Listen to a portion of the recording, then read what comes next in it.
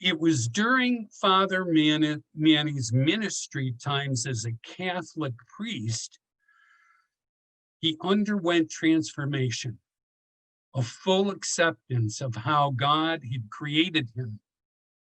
Yet the call to serve God as a celibate priest, being gay, was an inconsistency for him. The Episcopal Church became attracted to Father Borg because it is more to his personal beliefs and theology. He made the decision to convert to the Episcopal Church, which welcomed his holy orders and recognized his years of priestly services. Please welcome Father Manny Borg as he shares his life experience.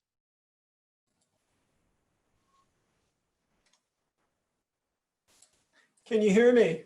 Yes. Wonderful. First of all, thank you for the invitation to be here. It is quite an honor, and I will thank Adam yet again. I'm certainly glad this isn't a competition, because what Carmi and Jay shared was beautiful, and I fear my story may pale in comparison, but I hope I have something of substance and a giftedness to share, although I'm really not even too sure where to start. So I'll start at a point that might make a little bit of sense. As you said, Tony, I was ordained a Roman Catholic priest 31 years ago, back home in Detroit, where I'm from, a proud Detroiter at that. I always wanted to be a priest. It was what I knew God was directing me toward.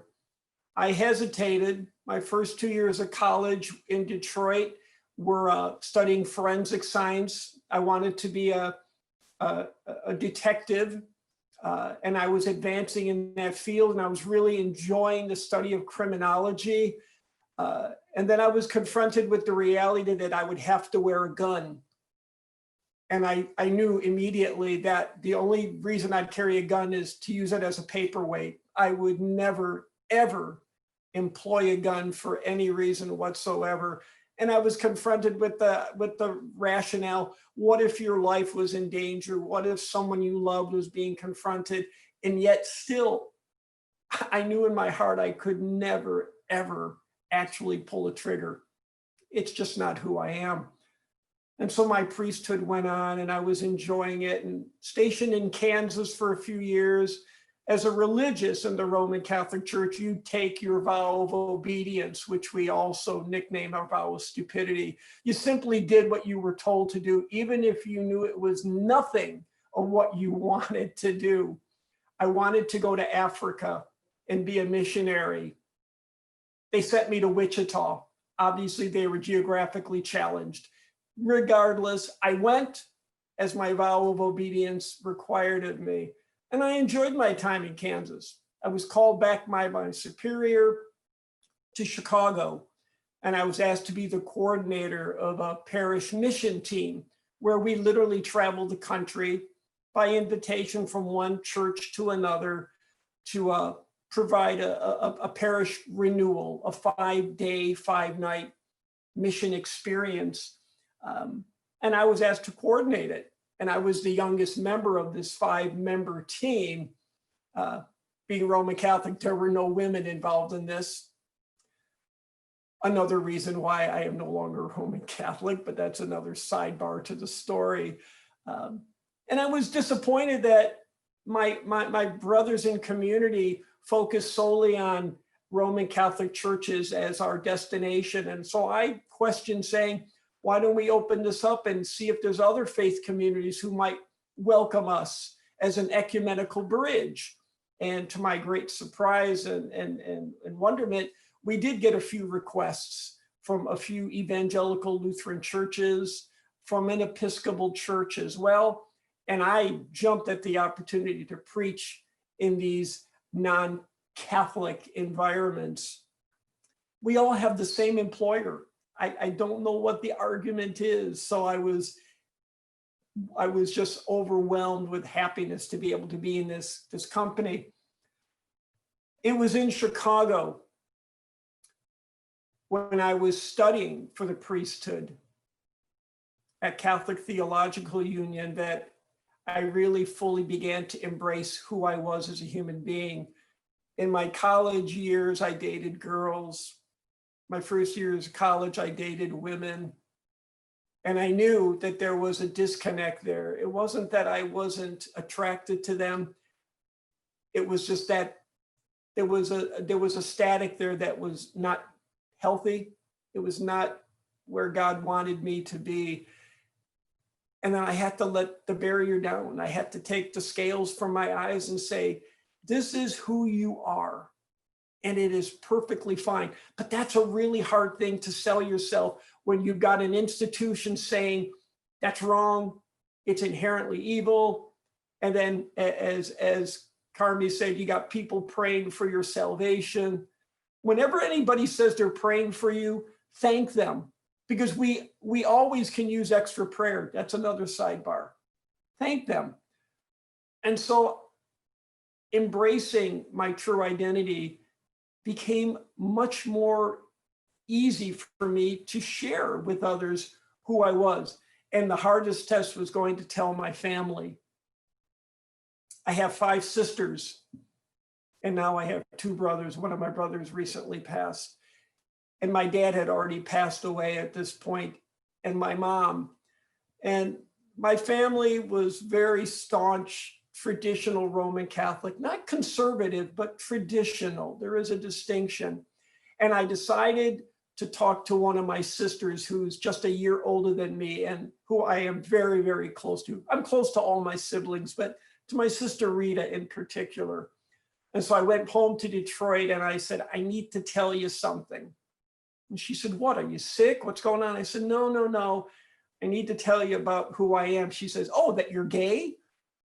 And I said, well, yeah. And she said, oh, please, I knew that years ago. I told her, I wish she would have told me years ago. It would have made my life so much easier. But, it was an awakening. We put so much pressure on ourselves that is unnecessary. Again, when we let the scales fall from our eyes and we take the burden of the yoke off of our shoulders and live life freely and openly, others will see that. And when we make it easy for ourselves, we're making it easier for others. But at the rectory of the Roman Catholic Church that I lived in Chicago on the north side, it was an unhappy situation there. The community knew that I was gay. And I had no problem with that because I shared that with them at one of our community meetings. And I could tell by the reaction and facial expressions of some, not all, that they weren't happy that they had one of them in the community. And the irony was, not that I have gaydar, I'm not necessarily sure if that actually works, but it's easy to distinguish when you are in the company of someone like you. And in that community where there's so much disdain, it was obvious to me that the disdain was not on me, but on their own self, because they never came to the admission of who they are as a human being. And that was breaking my heart. They lived this life in denial. And how sad is that? In those years at that rectory in Chicago, it was becoming more and more of an unhealthy situation. There were things that took place that were not just unethical or unchristian, but in some instances, they would be technically viewed as illegal. One night, one of the brothers in my community unloosened the lug nuts of my tires. And can you imagine what would have happened if I wasn't aware of this and went to drive my car? What I could have done to somebody or to myself.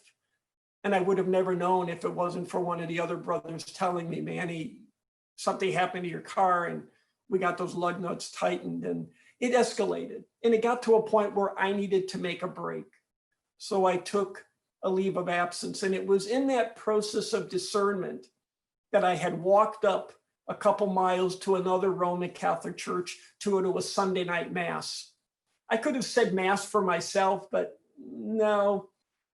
Christianity is a community faith. You need to be with others to worship. although we were required as Roman Catholic priests to say a mass every day. It's a rule. I broke it more often than I wish to admit. I need to be with people when I want to pray. So I walked up to this church and I walked in, and I really wasn't sure what the dynamics were because it said it was a glow mass. And I didn't know what that meant, if they were going to have glow sticks or what does that mean? Well, I found out quickly because the scent of Aramis in the church was overwhelming. And there were very, very few women. It was predominantly good-looking young men. And I thought, well, I know what the G stands for. And I decided to stay. And I walked up like a good boy toward the front of the church and took my seat. And it was during the sign of peace that a gentleman 3 pews in front of me turned and our eyes met. And I said, I'm not here for this, God. I'm not here for this. I'm here to worship. But I couldn't dismiss what was happening with this gentleman in front of me and myself. That was some 27 years ago. And that was our official first date, if you will. That stranger became my friend, who became the love of my life, who is now my husband. And again, when you let the scales fall from your eyes and take the yoke off of your shoulder, life becomes so much more freer and enjoyable to live. And in that process of taking a leave of absence, the Episcopal Church invited me to preach. This was at a church on the north side of Chicago, an Episcopal church. The priest there, a young woman, and I became friends. And she says, Father Manny, I want you to preach at my church and to wear your religious garb. And I said, well, I don't know if I should wear my habit. She says, no, wear it. The people will get a hoot out of it. And I said, well, I'm here to give a hoot. Well, why not? I'll do that. So I wore my religious garb into this Episcopal church. And that congregation knew immediately who I was because that church was made up primarily of former Roman Catholics who identified with the religious habit and the large crucifix. And I preached, and I got to know more of this Episcopal community. And it was a short time after that, the Episcopal bishop contacted me and said, I'd like to meet with you. And so I went downtown to St. James Cathedral, met with the then Bishop of Chicago, and he said, you know, we need priests like you in our church. And I said, well, Bishop, with all due respect, you're either desperate or you're being ultimately sincere. I'm going to assume it's the latter of the two. And I began to discern seriously about this great move. It's not like changing your socks, my friends, when you leave one community for another. I was born and raised Roman Catholic. I wanted to be a priest. And yet God's opening this massive door when that window had closed behind me. And all I needed to do was take a step forward and go through that door. And I did. And I found myself being called to be an associate vicar at St. Nicholas Episcopal Church. And it's in Elk Grove Village, and we're in the flight path of O'Hare Airport. Makes it very noisy on Saturday afternoon and Sunday morning masses and evening prayer and all that. And eventually I became the vicar, which is a fancy Anglican term for the pastor of a mission church.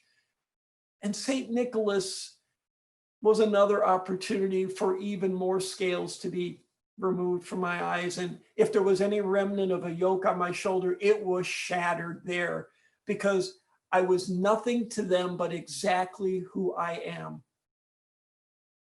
A man who wanted to be a priest, who just happened to be gay. And that church to this day continues to love me and embrace me. And I, in turn, because it is so natural, love that church, and I love my church family.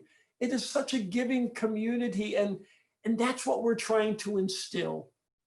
We're trying to instill an openness, a freedom, an all-inclusive community, and we have that. We are Episcopal, Christian by tradition, And yet we have Muslim and Jewish members of our faith community. We have 15 or so support groups that use our church space. And many of those good people will attend our masses because they simply want to be in a place where no one is judged. We don't ask anyone to leave their identity at the door. The only thing we ask you to check is your hat. Otherwise, come in exactly as God has made you, and you are welcome, you are loved. And we don't have confrontation so much. Something that I say is we have opportunity for carefrontation, where we listen to each other and expound our differences so that we can hammer out some sort of commonality. Tolerance is not enough. It's a good start. Full acceptance is what our ultimate goal is. One last story. Oftentimes when I get up to preach, sometimes the Spirit grabs hold of you and the sermon that you're planning is thrown by the wayside. Now, I don't read my sermons. I get out and I just go from the heart. I prepare, of course. But one particular Sunday I got up and I began to talk about a dear friend of mine who I went to seminary with. And he was professed as a religious brother, not a priest, but a brother. He left the church. And sadly, he took his own life. He left his lover. He left his life, and he decided that he couldn't bear the pressures anymore.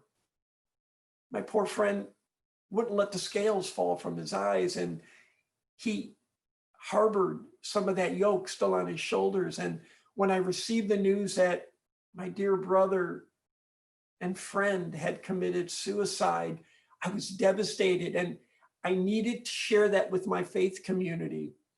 And so I shared and I talked about this young man who I grew up with in Detroit, incidentally. We grew up 3 blocks apart. And we knew each other. He was 4 years my junior, and yet he was like my little shadow. He hung around me and I loved him. He was such a good friend and still is. He's my heavenly buddy. And so I was preaching about this tragedy in my life and how it made me feel and how I needed to lean more on God than ever before. And God is a lamppost that is always very rock steady. And that lamppost is always lit. So I know exactly where to go for my guidance and spiritual support. And there was a woman in the community who was new. I had introduced myself to her before Mass started, and we exchanged pleasantries. And I looked at her face and I thought, yikes, maybe I shouldn't have been so forward and so open. But how do you stop a torrent? After the Mass, she came up to me at our coffee hour and said, Father Manny, I can't believe you said what you did. And I said, did I offend you in any way? If so, I'm sorry. She said, no, you don't get it. My son committed suicide. And in the church I was in, Roman Catholic, I'm sorry, said he was going to hell because of what he did. And you talked to me, you talked to us and explained honestly that your friend and my son are in heaven with God because God loves them. I was convinced I was never going to hear that in a church. And here I am, my first day at St. Nicholas, and this is what you shared with me. I had no idea her son committed suicide. I didn't know that. But God has a unique way of prodding us and bringing out of us exactly what somebody needs to hear. That woman is an extremely active member of my church today. She's become a lamppost for other people to lean upon. And as a gay man, I hope that my light continues to shine so that others can be drawn and ultimately have that same freedom, have that same desire to allow the scales fall from their eyes, to take the yoke off their shoulders. And we do that best, my friends, by being exactly who we are, honestly, openly, and freely.